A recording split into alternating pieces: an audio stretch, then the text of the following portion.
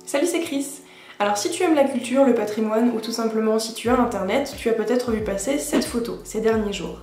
Alors non, ce n'est pas l'œuvre en pâte à sel de Kevin, 8 ans et demi, mais c'est bien une statue qui décore la façade d'un immeuble en Espagne. Et je suis d'accord avec toi, qu'est-ce que c'est que ce bordel ?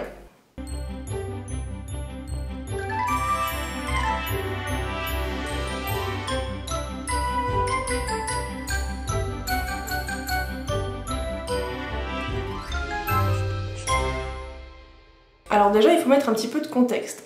Nous sommes donc en Espagne, à 130 km au nord-ouest de Madrid, dans une ville qui s'appelle Palencia. Dans la rue principale de Palencia, la Calle Mayor, il y a un immeuble avec deux ensembles de statues qui datent de 1923. Sur l'un des deux ensembles, on retrouve une bergère avec des animaux. Et malheureusement, le temps fait son effet et les statues étaient en train de se dégrader mais personne ne faisait rien. Sauf que, il y a quelques jours, on s'est rendu compte qu'il y avait quelque chose de différent, que la statue avait été un petit peu transformée. Ah bon ? Et si tu as vu passer cette photo sur les différents réseaux sociaux ou alors sur les sites de presse en ligne par exemple, tu as dû voir que l'internet s'est enflammé et que notamment sur la twittosphère, il y a eu des débats qui se sont soulevés et c'est normal. Par exemple, pour toi, ça ressemble plus à Donald Trump ou à Madame Patate ? C'est un vrai débat qu'il y a eu sur Twitter, donc je vous laisse décider, soit team Madame Patate, soit team Donald Trump, et battez-vous en commentaire. Plus sérieusement, la question qu'on peut se poser, c'est comment ça a pu arriver. Et bien malheureusement, l'Espagne n'en est pas à son coup d'essai, mais maîtrise plutôt l'art de rouler sur son patrimoine en chantant la cucaracha. Plus tôt cette année, en juin, ça avait été une peinture de la Vierge Marie qui avait été saccagée. Encore avant, en 2018, c'était une statue en bois du 15e siècle qui avait été repeinte avec des couleurs un peu trop flashy. Hashtag la Sainte Famille à Ibiza. On retrouvait notamment la Vierge Marie avec un voile rose bonbon, de l'eyeliner et du vernis à ongles. Vous en voulez encore ou vous vous êtes déjà arraché les yeux ? Non, parce que la restauration foireuse espagnole la plus connue, elle date de 2012. C'est l'Ecce Homo du village de Borja. Entre parenthèses, si tu veux trouver cette peinture sur Google, ne tape pas juste Ecce Homo, parce que sinon tu vas trouver sur plein d'autres peintures qui ne sont pas celles que tu cherches. Ecce Homo, ça veut dire voici l'homme, et c'est une façon de représenter le Christ. En général, il est en pagne avec sa couronne d'épines, les mains liées et un sceptre de roseau, et Ecce Homo, voici l'homme, c'est ce qu'aurait dit Ponce Pilate en présentant Jésus à la foule. Pour celui que tu cherches toi, il faudra que tu tapes Christ singe, c'est un média belge il me semble qui avait appelé cette peinture comme ça, après sa restauration bien sûr, et ça avait fait beaucoup polémique, ou sinon c'est un des mèmes du Christ les plus connus et tu le trouveras sous le nom de Potato Jesus. Donc la question qu'on se posait au final c'était comment c'est possible que ça arrive et aussi pourquoi on a une telle concentration de bouses patrimoniales rénovées en Espagne. Et bien parce qu'en Espagne justement on n'a pas vraiment de loi qui entoure ou qui sécurise la rénovation du patrimoine. Autant te dire que tout le monde peut le faire ou le faire faire. Par exemple il suffit qu'un habitant de Palencia soit passé et ait vu l'état de la statue et ait décidé soit d'intervenir lui-même, soit de faire intervenir son cousin ou quelqu'un qu'il connaissait. Après, c'est bien d'avoir une conscience culturelle et d'avoir une envie d'entretenir son patrimoine, ça c'est génial. Sauf que forcément, quand c'est un particulier qui le fait, qu'il n'a pas forcément les moyens de le faire faire par des grandes entreprises, et que peut-être il va faire appel à un entrepreneur qui flexe un peu beaucoup sur son talent, ben ça donne des ratés et c'est normal. Après, je me suis demandé aussi personnellement, est-ce que quelque chose comme ça, ce serait possible en France? Alors, oui et non. Oui, c'est déjà arrivé, pour du petit patrimoine, par exemple, dans l'église Saint-Pierre de Buzet, dans le Lot-et-Garonne, on a une jeune femme qui s'ennuyait et qui a voulu rénover une peinture de la Vierge, notamment son visage, avec du maquillage de supermarché. Mais attention, c'est aussi possible d'avoir des ratés avec des rénovations professionnelles, et là ça devient compliqué. Par exemple, l'ange Gabriel du portail de Moissac, il est assez terrifiant aujourd'hui, avec des gros yeux globuleux énormes, et ça aurait été réalisé très probablement par les ateliers de Viollet-le-Duc.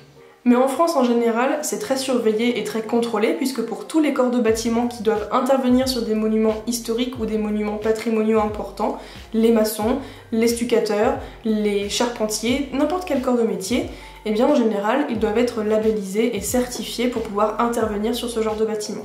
Donc ça pourrait arriver en France, mais ce serait beaucoup moins probable parce que c'est beaucoup plus encadré et surveillé.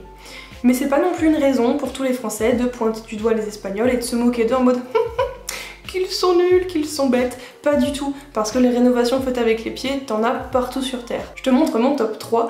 On a d'abord le Bouddha sous LSD en Chine, également la barbichette de Toutankhamon recollée à la superglue, et pour terminer, on a la Vierge et Maggie Simpson au Canada. Après, certaines de ces bourdes ont parfois eu ce que j'appelle un effet Starbucks. Quand on pense à Starbucks, en tout cas il y a encore quelques années, parce que j'ai plus trop l'impression qu'aujourd'hui c'est encore le cas, mais Starbucks faisait beaucoup de fautes d'orthographe. À tous les prénoms, même les prénoms les plus simples où t'as que 3 lettres dedans, ils arrivaient à te rajouter un H ou un Y. Et ça, eh bien forcément, quand on écrit mal ton prénom sur ta commande, qu'est-ce que tu fais aujourd'hui pour partager l'information? Eh bien tu prends en photo et tu le mets sur tes réseaux sociaux. Et grâce à ça, en faisant des fautes à n'importe quel prénom, eh bien ils ont eu une présence énorme sur les réseaux sociaux. Et bien pour les restaurations, ça peut être pareil. On va reprendre l'exemple de 2012, donc la restauration espagnole foirée la plus connue, celle du Christ singe ou Potato Jesus. Et bien si au début, Cecilia Jiménez, donc l'octogénaire du village qui a rénové toute seule la peinture, a failli se faire poursuivre par la mairie pour agression sur du patrimoine artistique, et bien au bout de quelques temps, il est devenu complètement viral sur internet.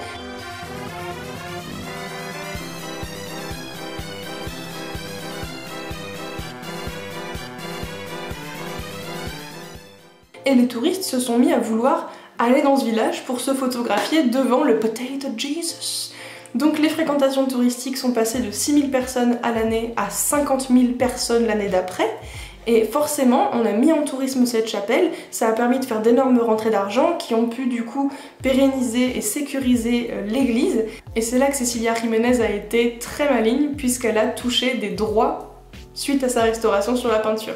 Donc pour en revenir à la statue de bergère / Trump / Madame Patate, forcément ça fait rebouger encore une fois les associations qui défendent le patrimoine espagnol, qui ont certifié que ce n'était pas du tout un travail de professionnel. Ah bon? Mais qui surtout appellent encore une fois le gouvernement à durcir les mesures pour les restaurations et pour l'entretien du patrimoine. Et je peux tout à fait le comprendre, pour moi c'est une nécessité. Mais il y a aussi une autre façon de voir ça. Soit on peut se dire que c'est quelque chose de très sérieux le patrimoine et qu'il faut le protéger, qu'il faut qu'il y ait des restrictions, des lois strictes, etc. comme on a un petit peu en France, et c'est tout à fait compréhensible et ça permettrait de sauvegarder le patrimoine. Ou alors on peut aussi voir ça d'un œil un peu plus détendu je trouve, et de se dire que bon c'est pas partout pareil, c'est pas comme ça tout le temps, que ça arrive, peut-être un peu trop souvent certes, mais ça arrive et néanmoins ça montre que les Espagnols sont investis et veulent préserver leur patrimoine, et ça peut aussi, mais ça c'est mon avis, devenir quelque chose qui va attirer les gens et qui va potentiellement faire fonctionner l'économie, parce que je suis persuadée qu'il y a des gens qui vont vouloir faire un petit détour pour aller voir l'enfant d'une bergère, de Donald Trump et d'une Madame Patate. Et je serai la première à le faire. Ça y est, c'est la fin de cette vidéo, j'espère qu'elle t'a plu. Si c'est le cas, n'hésite pas à me laisser un petit pouce bleu ou t'abonner à ma chaîne, mais surtout, ce que j'aimerais beaucoup faire, c'est que tu me donnes ton avis sur la préservation, la restauration du patrimoine espagnol. On a tous un avis là-dessus, moi comme tu l'as vu, je suis un petit peu le cul entre deux chaises. Donc dis-moi ce que t'en penses, ça m'intéresserait beaucoup. Sur ce, prends soin de toi, fais attention à toi, et moi je te dis à bientôt. Salut!